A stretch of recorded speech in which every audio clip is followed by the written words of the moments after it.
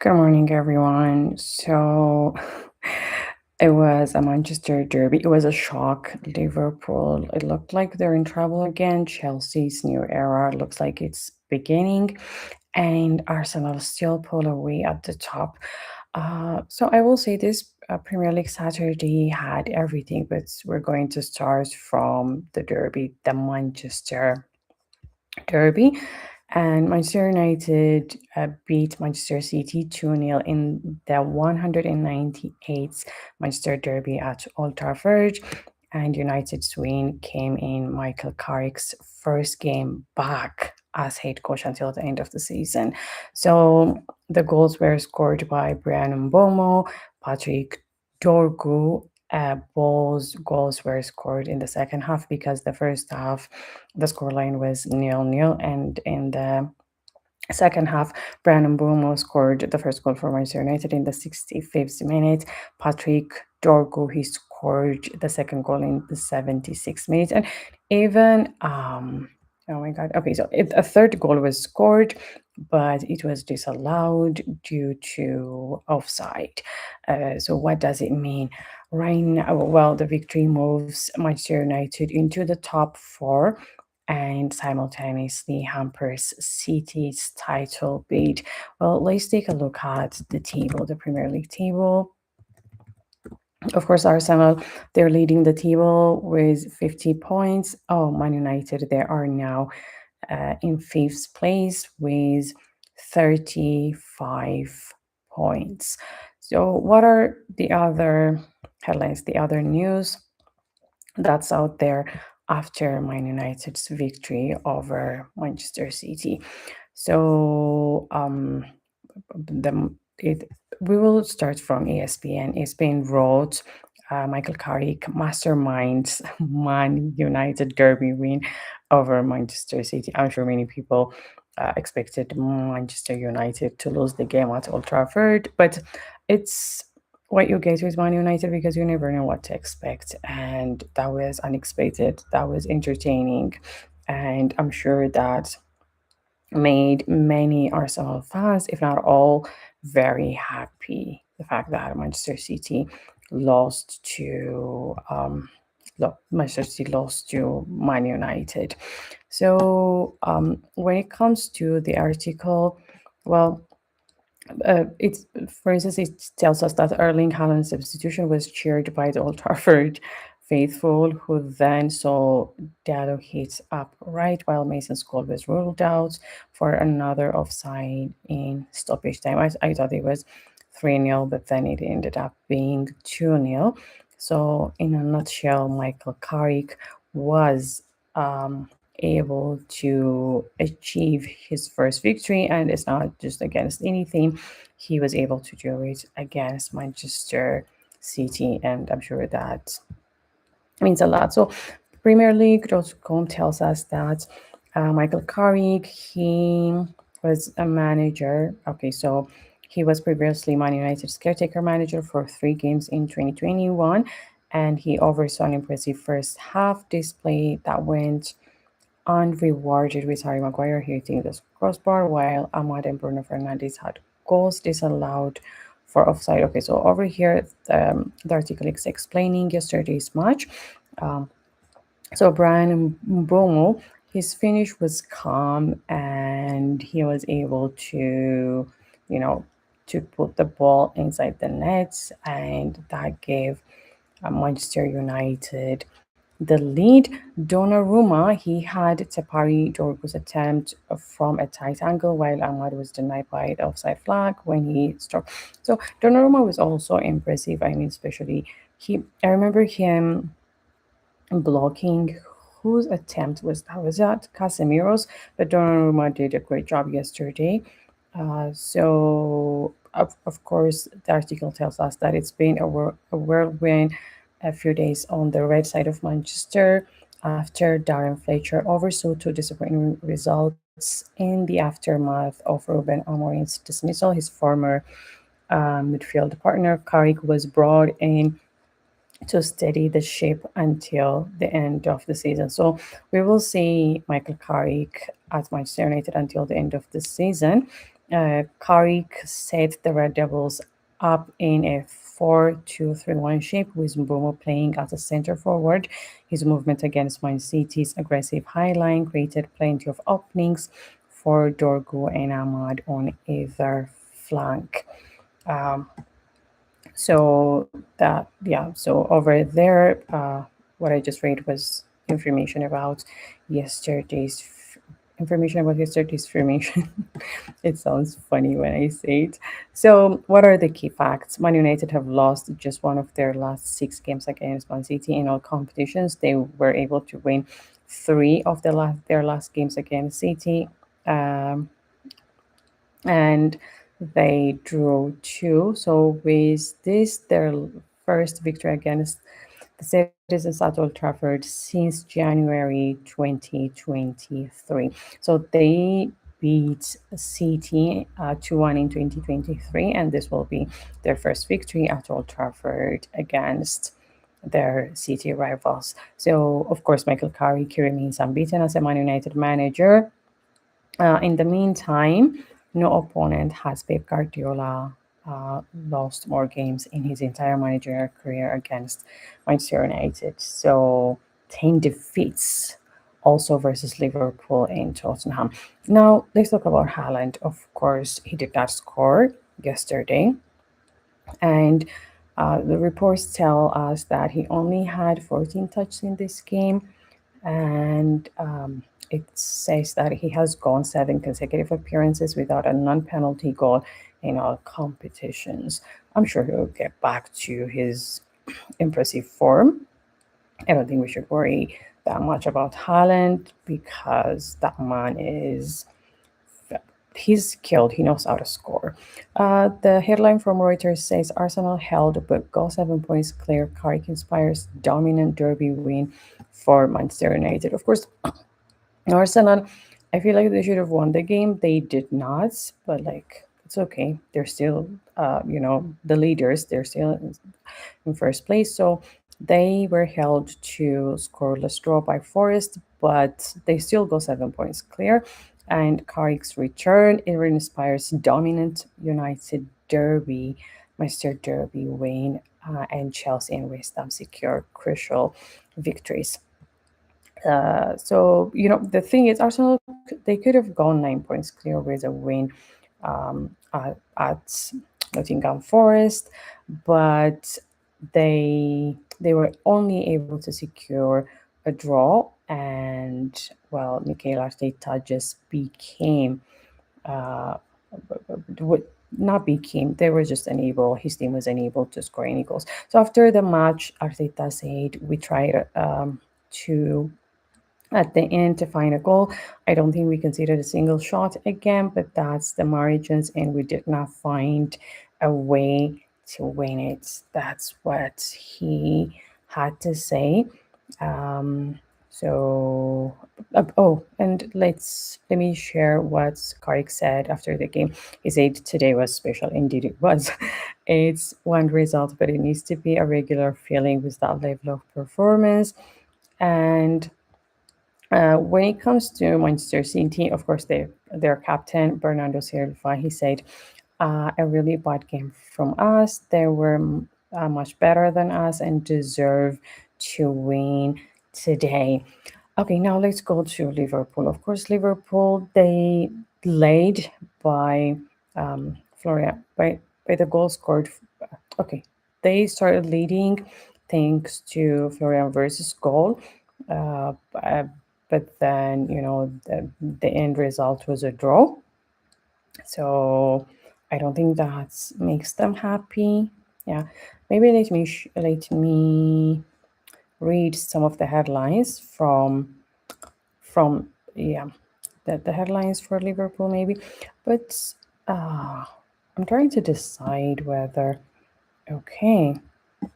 Oh, another controversial thing that was mentioned or that was written, it's from Sky Sports. Of course, if you guys have watched the game, you will understand what I'm about to say. Okay, so the headline says Pep Guardiola bemoans lack of energy and suggests that Diego Dalot should have seen red for Jeremy Doku challenge. That's what it says. So Let's go there. So Pep Guardiola said the better team won. They had energy. We did not have. Congratulations to them. Of course, he's congratulating Man United. And they have the chances at the end with crosses. We know they are a transitional team, but in general, they were better. They start really strong. That's normal. They never made a threat, crosses or movement, but that's part of the energy. Now, this is what he said. Of course, VAR rule. VAR did not give him a red card. Michael. Okay, so the Premier League Michael Dean said should have been 100% resulted in a red card. Okay, so let's hear what Pep Guardiola said. He said he should be sent off. It's a red card since the game. It's a red card since the game, but it will be poor as a manager. I've never been that. If you analyze that to win or to lose a game, okay. So I thought he was talking about the red card. Okay, so Guardiola continues. I say to Michael and all the players right now here, they deserve that change. It's a red card, definitely, but that will not make us grow up. The new players knew exactly what they had to do, but it is what it is. Okay, so it's about the red card. Now he's talking about it. I could say that the red would have changed the game and blame. We will not grow up, we will not move forward. But what happened is not a surprise at all for me, but it is not happened, but it has not happened in the past. Let's move on to another news, I guess. So, in a nutshell, Manchester City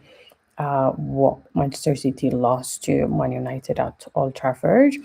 And Pep Guardiola also said that his team lacked energy and failed to match Manchester United's intensity. So, what is the wider implication of this result? Well, this result is, of course, seen as a major moral boost for Manchester United, and maybe it's going to be a possible turning point under Michael Carrick. And for Manchester City, this loss it significantly may dent their Premier League title hopes. May because Arsenal also dropped 2 points, and it's probably going to leave them further behind. Current leaders Arsenal and United's win. It's their first in a derby this season, and it also comes after an earlier 3-0 defeat at the Etihad. So I'm sure that win made each and every Man United fan happy. Another thing is, Michael Carrick was widely praised for a sharp tactical plan, instilling belief at Old Trafford in his first game in his comeback role. Of course, many articles were telling us, that the expectations of Michael Carrick were very high because they wanted to see Man United play, and they wanted to be like, oh, okay, so that's Man United because Ruben Amorim was not willing to change his strategy, his tactics, and people were, they wanted Michael Carrick to bring something different, but it's like take us back to the Man United we know. And another thing is, of course, CT boss Pep Guardiola. He acknowledged Man United were better on the day, and he nominated the team's lack of cutting edge and energy. So, of course, Man United had a goal disallowed, but they were able to maintain strong control. And when it comes to Manchester City, they struggled to convert possession into chances. Now let's dive our focus, our attention to Liverpool. So Liverpool won, Burnley won, and this result was uh, scored. It, this game happened at Anfield, and the champions were held by a struggling team despite dominating the match. And that is, according to the reports from Reuters, the headline says Liverpool paid the penalty as Burnley drew extends winless run. So Liverpool, of course, they dominated possession, but they failed to capitalize on chances. I was happy that Verts won the game. yesterday. I was happy that's the same on the score sheet, but then they were not able to get to take the 3 points. So the possession was 73% Liverpool and 27% Burnley. How disappointing would that be for? How disappointing that is for Liverpool. So another thing is XTK scored, but his goal was disallowed for offside and handball. Um, Now after the match, of course, verse he scored, but then he said it feels like a defeat. When we had so many shots and so many on target, I think we had to score more goals. But some days are like this. You try everything, but in the end, it doesn't go in the goal. That's what he said. I mean, of course, I'm sure he wants his team to win rather than just scoring and dropping 2 points, because at this point, it feels like they can take all the points they can get, and so these are just these are just some of the quotes. We have another quote, but I don't think you guys would care to listen. So Florian Wirtz, he was able to open the scoring just before halftime and continuing his recent good form. And this happened also last time. He scored, but his team did not win. But Burnley's Marcus Edwards, he equalized in the second half with their only shot on target. That is according to Wow. Burnley, they had only one shot on target and they were able to make it count. That's quite impressive. So Liverpool, they remain unbeaten in 12 matches in all competitions, but the draw marked their fourth Premier League installments in a row. So, what are some of the tactical points and reactions? So, dominance did not translate to a win. That's a fact, because Liverpool had 73% possession, while the other team, which is Burnley, only had 27% of ball possession. So they were not able to translate this dominance into a win. They had heavy possession and multiple chances, but they could not break Burnley down with a missed penalty, and Liverpool fans frustrated at full time. So yeah, uh, Dominic Szoboszlai, he missed a penalty. So it says Liverpool were left ruining a missed penalty by Dominic Szoboszlai in Saturday's 1-1 draw with a lowly Burnley, the hosts for his Premier League installment in a row. But I mean, I feel like every Liverpool fan loves Szoboszlai, so I don't think they're mad at him. Yeah. Um, but that's yeah, so that might have left some fans frustrated at full time. When it comes to Ernest Lott, he publicly shared the frustration of fans and himself, and he tried to underline that results like this are unacceptable for a club of Liverpool stature. So I understand what he says. I mean, I get his. So the article from Reuters, the headline says, Slot shares fans' frustration as Liverpool held again by struggling Burnley. Burnley were not even that good. So this is what he said. In my head, it was not a boo, but in my head, it was frustration as well. And he said, we're Liverpool, we played against Burnley, and we have to give them credit for how they defended, cleared balls off the line, and all the things you want to see if you are a Burnley manager. But if we, as Liverpool, are not disappointed anymore by having a draw at home against Burnley, then something is completely wrong. I completely understand the frustration. I can tell you, I have the same, and the players definitely have the same frustration as the fans have. And then he continues to say, you know, okay, so over here, yeah, I think there was one big warning sign when we almost scored an own goal, and that chance the goal we conceded came from a similar situation. So in short, Ernest Lottie is also sharing his frustration. He's trying to remind maybe his players that they're playing for Liverpool, and it's almost embarrassing for them to draw against Burnley, a struggling Burnley at Anfield.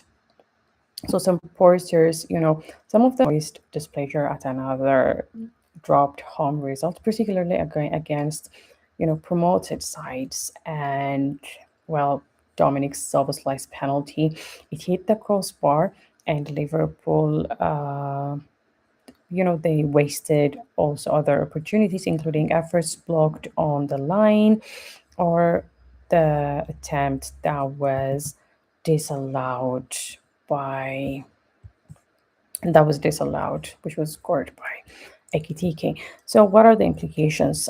So, the point keeps Liverpool in fourth place in the Premier League, but the extended run of draws has raised questions about their ability to consistently secure victories. So, their next competitive match will be in the Champions League. They will face Marseille on Wednesday, and winning there now it's even crucial. Let's move on to Arsenal. What are the headlines from Arsenal's news? So, Arsenal, they were held to a 0-0 draw by Nottingham Forest at the City Ground in the Premier League fixture. I expected Arsenal to win this match, if I'm being honest. I really, really expected them to win, but that did not happen. So, of course, they dominated possession and they were able to create numerous chances, but at the end of the day they were not able to find the net, and that's all that matters. I mean, you can it's like it's it's like Liverpool's reality, but over here it's different because they're still at the top of the table. So Arsenal had 60% goal possession, and on the other hand, Nottingham Forest 40%. Arsenal had 9 shots on target, and three of them, not 9 shots, and three of them were on target. Nottingham Forest 4 shots, but none of them were on target. So I'm sure this was a very disappointing result for Arsenal, but still the draw it extended their league at the top of the Premier League to 7 points, because Manchester City lost earlier in the day, and the the main point is the Gunners struggled to convert their opportunities. For instance, with Bukayo Saka coming closest before his header was saved. So, in short, they were held, and um, so what else? So Bernard, yeah, um, not about this. Okay, so Arsenal, there it says a headline from Reuters: Arsenal frustrated by feisty Forest, but move 7 points clear at the top. Yeah, they're still the league leaders. They're still number one. That has not changed. Maybe that's something they can tell themselves, because they have a huge chance of winning the game. But this gap might decrease if I think it's Villa in the second place when it comes to the Premier League table. So maybe that will change, but we will see what happens. Okay, so I think Villa's game is either it's either going to take place on today or tomorrow. Let me check my calendar. So today's Sunday, and Aston Villa will host Everton today. So they will face Everton on Sunday, and we will see whether that 7 points gap is going to stay the same, or if things are going to change. Now, uh, Reuters gave plaudits to Nottingham Forest's defense and their goalkeeper. The article says he played well to keep a clean sheet, where Arsenal did the same. But I mean, especially their fans, I'm sure expected. Their fans wanted their team to win. That did not happen. I mean, it would have been very nice would have been really nice for them to have won the game. So Forrest, he pulled off a superb save to deny Arsenal players.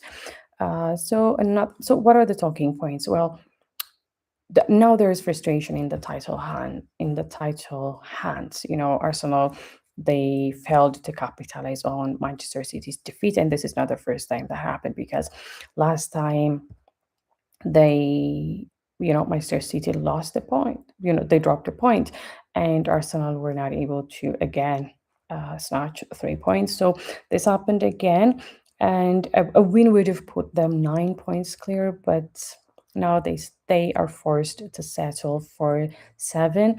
Their manager, Mikel Arteta, he expressed his frustration at missed chances and the team's inability to break Forest down, because but this was their chance to capitalize on Manchester City's loss. So Mikel Arteta said, "We came here to win the game," and this is according to the report from Reuters. He said, "We came here to win the game, and again, we have not managed to do that." And credit to them the manner that they are organized. And then he continues to say, "When you have the big four chances that we have with Gabriel Martinelli, an open goal, Declan Rice, Mikel Merino, Bukayo Saka, and at the end, you have to find the margin to win the game, because again, we have not considered a single shot on target." But the team did not score a goal. So, and another thing he mentioned was the fact that they were denied a penalty. So he said it would be okay. So this is Sean, Force manager. He said it would be very, very disappointing if that penalty was given, and I would be unbelievably delighted if that was given for us. I did not expect that. That's actually funny. Okay, so that's what he had to say to Forest's manager. Now, Arsenal created several opportunities, but they could not finish, and that highlights the ongoing issue in attack despite overall control. And this match continued a trend of Arsenal struggling to find the net in recent league games. So, still, Arsenal stay top of the Premier League standings, 7 points clear with 50 points with 22 games, and their nearest rivals failed to close the gap but dropped points, which prevented them from really opening up a big title lead. So the implication of this draw means Arsenal missed a chance to build a crucial cushion in the title race, especially with top challengers faltering earlier in the day. They saw the results. They knew that Man United was, trying to help. Man United was trying to really help Arsenal win the league. Man United were like, okay, so we did our job. Now it's your turn. But Arsenal were like, no, we're good. Let's move on to Chelsea. Chelsea is being led by their new manager, and yesterday they beat Brentford at Stamford Bridge 2-0, so they secured a valuable Premier League victory at Stamford Bridge in Liam Rossinior's first league match in charge. João Pedro, he scored the first goal in the 26 minutes, and then Cole Palmer, he scored a penalty in the 76 minutes, and the Blues, did I say the Blooms? The Blues, they climbed to sixth place in the table. So it's 2-0 to Chelsea, nil Brentford. But an article from ESPN tells us that the visitors, they could count themselves mightily unlucky to be making the short trip back across West London with nothing. So they left with nothing. But and for Chelsea, I mean, they were a difficult team. I think it was on a Wednesday, right? When they faced Arsenal, they were very difficult to beat when they faced Arsenal. And I'm glad this victory will make them happy, and especially for their new manager.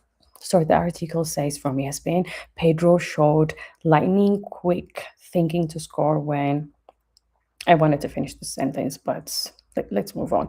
So, um, what else do we have here? Okay, so Palmer did the honors from the spot for 2-0, and Chelsea had to go out of jail.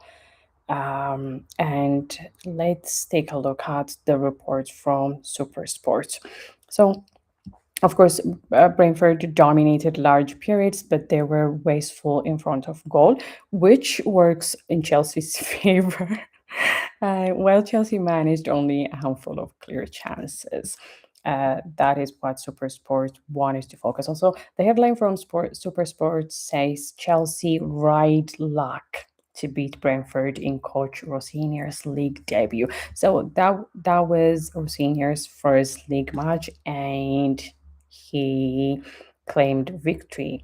So another yeah, okay, so after a run of 9 league games with only one win, most of which was under their former coach Enzo Maresca left Chelsea on January 1. It has not even been a month. Chelsea managed only 2 attempts on target all game, with Brentford on top for much of each half.